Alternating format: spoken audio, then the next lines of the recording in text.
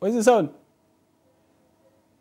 Fund MVA is reportedly finding the going too tough due to the increasing number of road accidents as well as the associated medical cost. It is said if nothing drastic is done, the fund could be forced to get an overdraft to keep it afloat. Joining me in the studio is the fund's Chief Corporate Affairs, Stephen Shuoro, to talk to us about the prevailing situation. Good evening, Mr. Shuoro, and welcome to Business Today. Thank you, and good evening, and thank you for inviting me. About 3 months ago, we had an interview, and you confirmed to us that the fund was in a comfortable situation as far as its obligations were concerned. It could meet them as and when they became due. What has happened since? Indeed, it is true that the fund is operating from a sound financial position where it could meet or where it would meet its obligations as and when they are coming. Now, what has happened since our last interview is the increasing road accidents that are actually seeing lots of people treated in hospitals. Now, maybe to give you a bit of a background, from January this year up to end of June, which is the first part of the year, we saw almost one person dying every day, if you take the average number of people killed, and 16 injured. On a daily basis? On a daily basis.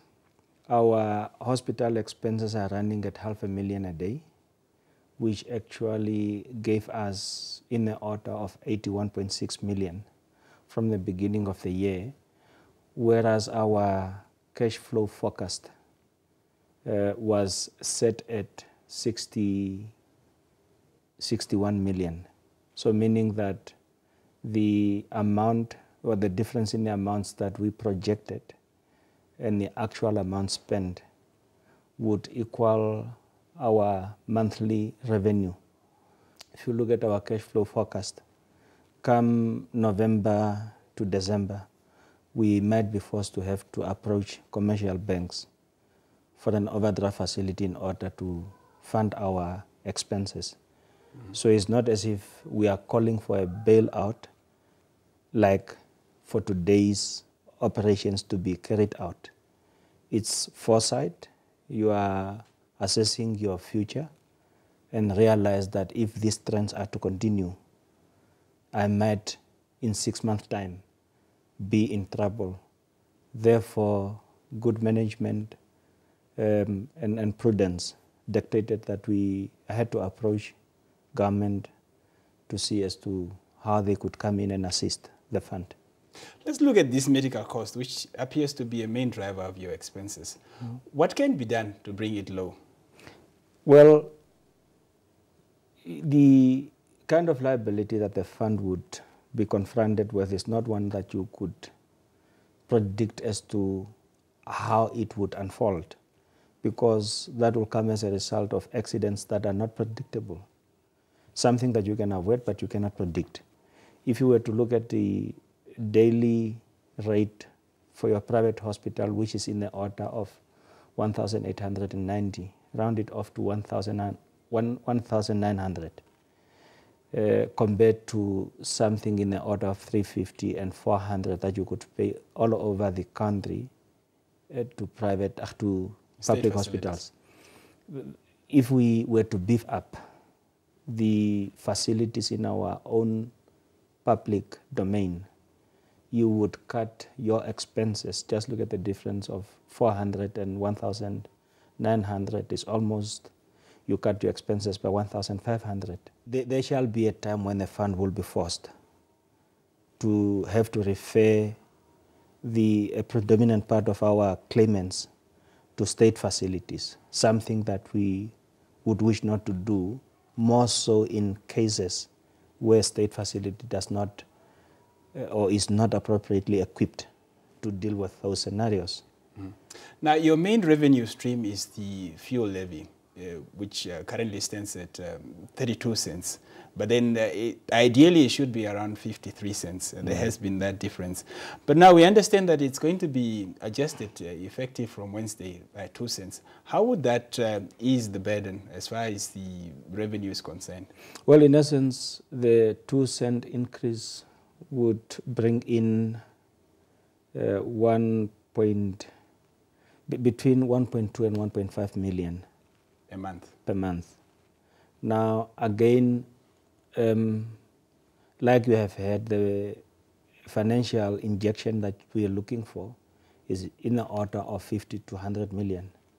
So is well a breather, but certainly not sufficient to cover the financial need that we would want to be covered.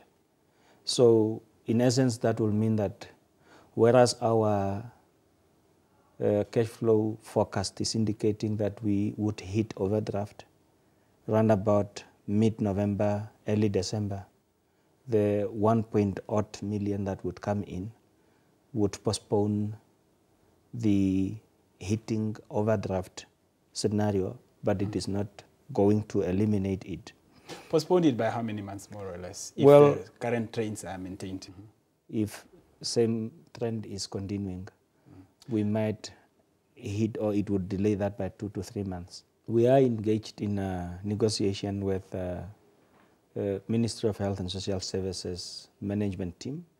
There are some private investors who are looking at wanting to partner with us in order to fund one of the public hospitals, most in emergency and trauma care.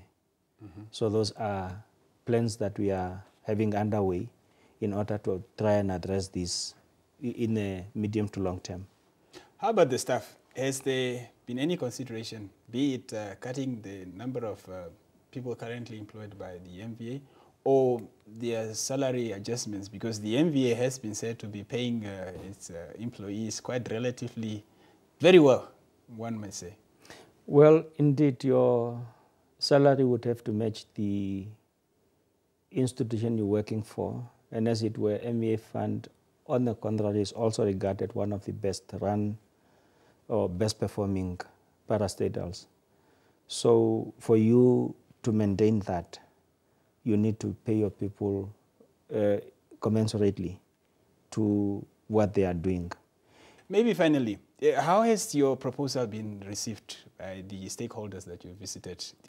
Are you optimistic that your request could favorably be met? Well, indeed, yeah, we are optimistic, and still wish to ensure our stakeholders that it is business as usual.